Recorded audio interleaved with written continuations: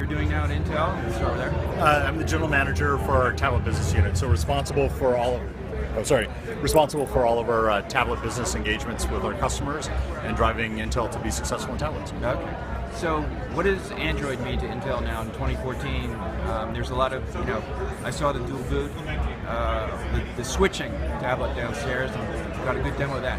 How important are tablets like that to Intel right now? Android is going to be hugely important for us on tablets. Everybody sees how much traction it's gotten in the marketplace. We're doing all of our development both on Windows-based tablets as well as Android-based tablets. We'll give our customers the choice of whether they want to run Windows on a machine, or they want to run Android on that same machine, or they want to have a dual boot option, again, a customer request. How many dual boot, do you have any idea, any sense from customers how many dual boot devices are coming out in 2014? I know the ASUS's both on 11 and 13, but that's all I've heard of so far. There's a few coming out, and a lot of customers are looking at and exploring it. What we really think is an advantage is with the x86 architecture, we can support Android or Windows or both on the same machine. That gives customers choice and flexibility. Right, okay. But the enticement of a dual boot, or switching really, it's not dual boot, it's really a switching. Really switching, that's a better way of describing it. It's like 3 or 4 seconds. Yes. That seems to be the really new thing as far as, so I understand that Intel's behind Android.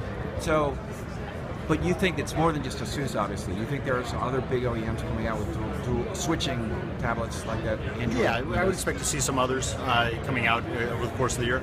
And again, they're exploring, they're trying to understand the opportunities and the usage models. So really, I think most of the machines that you'll see in the market are going to be Android specific or Windows specific, but you'll certainly see a few experiments in a dual OS environment. Okay. Do you have any idea how those tablets work, by the way? How do they share memory or anything like that? I mean, we do. Okay. If you want to do a deeper technical one, I'd love to have a conversation with you. Other guys that can go through like how you manage the memory between the machines, how you accelerate the switching time between the two operating systems. It's pretty cool. And the switching part, is that in the silicon actually, or is that is that strictly software? It's software driven, or it can be driven by a hard key. But you have to have the base silicon support to enable that. Okay. And that silicon support is in Haswell, of course. Is it in Bay Trail? It's actually in any Intel SoC or any Intel processor. So with the x86 architecture, we can support Windows or Android on any of those machines. Okay. And one question that's always been in my mind since this Bay Trail came out, I should say, is so Haswell is also very attractive. For example, I have a Surface Pro 2 that has Haswell inside. For tablets. So are you sensing any shift, maybe a little bit shift towards Haswell, or a more welcoming attitude towards Haswell than maybe before? No, I think people are really excited about Haswell. I think it's a great product. It gives you an incredible increase in battery life relative to where you were on Ivy Bridge, and graphics performance is significantly increased with IRIX graphics. What I'd say is if you look at the tablet market this year, it's probably 280 million units. The PC market is well north of 200 million units. With a market that size, you're going to have people that are going to want to bias towards great performance and that PC-like experience. Haswell is the perfect product for that. And you're going to have a lot of people who are going to want the thinnest, lightest form factor with the longest possible battery life, and Bay Trail is the perfect solution for there. So I think the market is big enough for these architectures to coexist, and we're really giving people choice about what they want. Okay.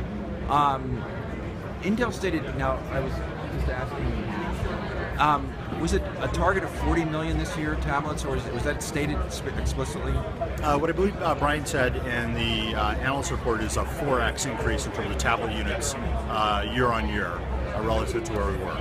So that comes to roughly 40 million? We're saying 4x. We'll let the analysts do the math on that. And what I think it really says is that Intel is making a real dent in the tablet marketplace, and it's a reflection of our confidence in our architecture and the products we're bringing to market, and the great partnership we have with our OEM customers. But that has something to do with Android too, right? The fact that Android, because that's such a huge mobile OS. Sure, it's about great Windows tablets, great 2-in-1s, great Android devices. We're going to have Android in 7 and 8-inch and 10-inch devices. So absolutely, we're going to address every part of the market we can. We want every operating system to run best on Intel architecture. Okay, and finally, looking forward to Broadwell, and what's the next, what comes after Bay Trail is? We've talked about Cherry Trail, which is our first 14 nanometer SoC. And is that coming out this year? We've talked about production in 2014, and then we're not going to get more specific about launch. Okay. Broadwell is coming this year later in the second half, right? Broadwell is targeted for second half. Second half, okay. Okay, great. Thank you very much for your time.